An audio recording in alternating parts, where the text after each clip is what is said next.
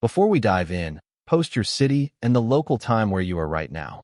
Always fun to see how far this little corner of the internet reaches. Anyway, picture this. Andrew, a high school math teacher who thinks moving to Maplewood Estates will be about as thrilling as watching paint dry, is unloading boxes with his wife Rachel, fresh from what she calls her stressful legal consulting career. He's imagining quiet mornings, maybe an occasional HOA newsletter about pet leash lengths. Instead, he gets Julie Winters. She appears on day one like she's walked out of a Homemaker magazine spread, perfectly coiffed hair, plate of chocolate chip cookies so good you'd swear they were baked in a Norman Rockwell painting. She rattles off neighborly tips about trash day and best local restaurants, but slips in personal questions with the skill of a late-night talk show host who's secretly an interrogator. Where'd you move from? What kind of cases does Rachel work on? Is there a special focus? Rachel's polite but guarded, and Andrew notices something. Her answers are as vague as a weather forecast in the Bermuda Triangle. Julie isn't just chatty, she's a living gossip archive. She knows the Johnsons' mortgage is shaky, the young couple across the street took out a massive loan, who's got what kind of insurance, even which kids aiming for which private college. When Andrew asks how she knows so much, Julie smiles like she's just been complimented on her pie crust, and says she likes to stay informed.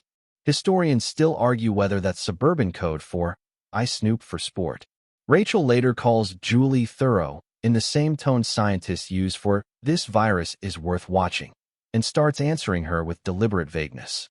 But Julie's persistent, dropping by with banana bread and, oh by the way, a few questions about their daily schedules and any big purchases they might be planning.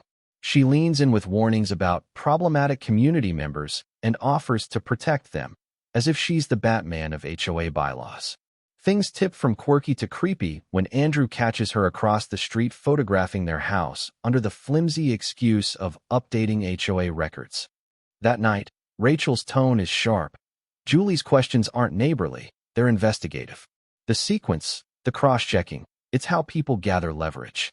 Andrew laughs it off, but it's the last time he underestimates his wife's read on a person. A week later, Julie delivers a mandatory HOA meeting invite with a smile that doesn't quite reach her eyes. Rachel accepts, but tells Andrew something that makes his coffee taste metallic. Whatever happens at that meeting, trust me, I'm protecting us. And as she walks away, Andrew swears her expression has the calculation of a chess master 3 moves from checkmate.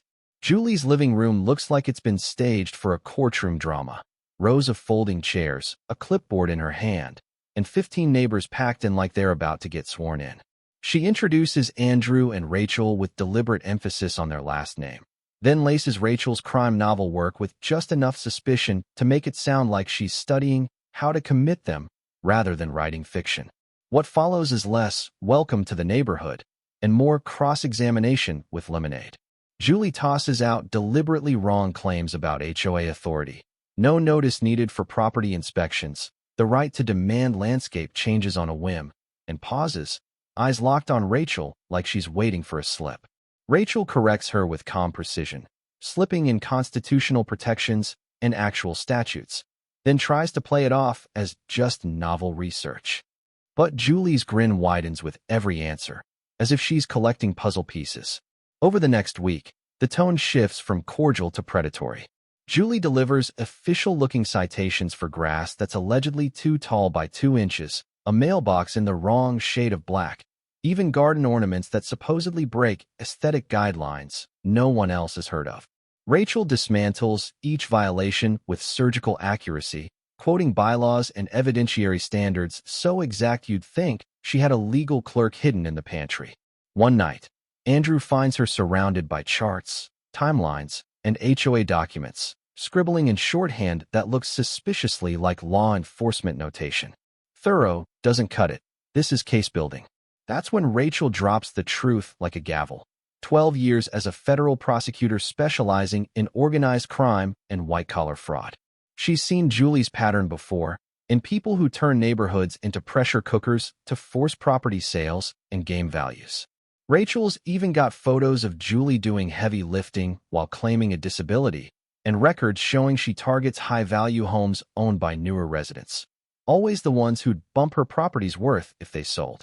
Historians still argue whether petty tyranny or greed is the greater motivator, Rachel mutters, sliding another document into a growing evidence file. Julie senses the tide turning and pushes harder, confronting Rachel in the driveway after another mandatory standards meeting. This time, Rachel doesn't just push back. She casually mentions patterns of disability fraud and harassment that could bring federal charges. For the first time, Julie's mask slips, her face going pale. Andrew realizes he's watching two seasoned tacticians circling for the decisive move, except only one of them has an actual courtroom win record. When Dr. Amanda Cross, the neighborhood doctor, starts visiting to help document Julie's harassment, Rachel welcomes her input. She doesn't know Dr. Cross is funneling intel straight back to Julie, feeding her details about Rachel's routines, especially her gardening. And somewhere in that quiet exchange of rose pruning schedules and HOA gossip, the stage is set for Julie's boldest and dumbest play yet. It's a perfect Tuesday morning, the kind where the sun hits Rachel's roses just right, and the air smells faintly of cut grass.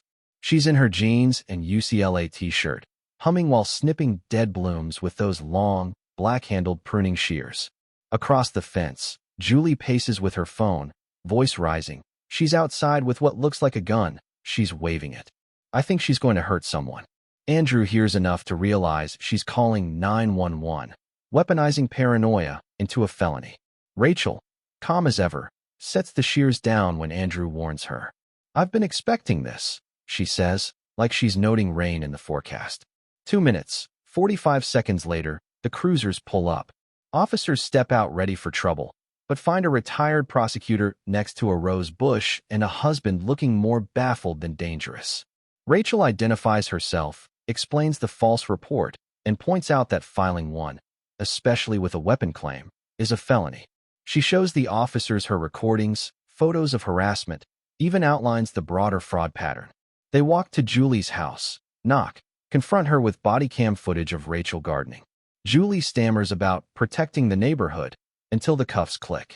Rachel, already dialing, says only, it's time. The voice on the other end, Agent Foster, FBI White Collar Division, doesn't need details.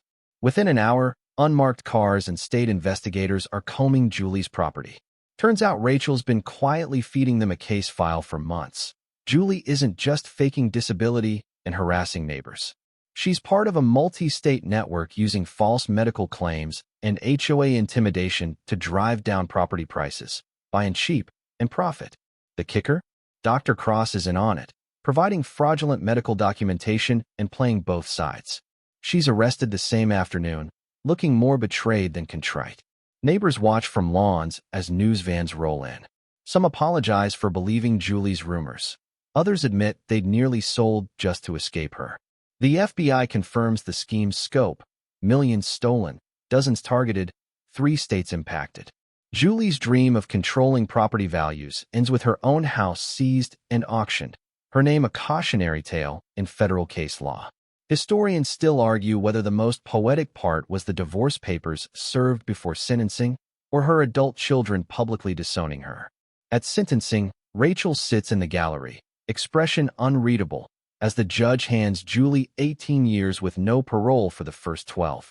Dr. Cross gets 10 and loses her license. The restitution orders a loan guarantee. Neither will see a clean bank account again.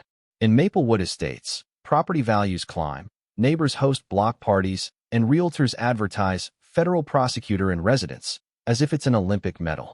And on one warm Saturday, Andrew watches an immigrant family's kids play in Julie's old yard while Rachel tends her roses, the same shears flashing in the sun. Justice, it seems, can be planted, and when it blooms, it's as permanent as deep roots in good soil.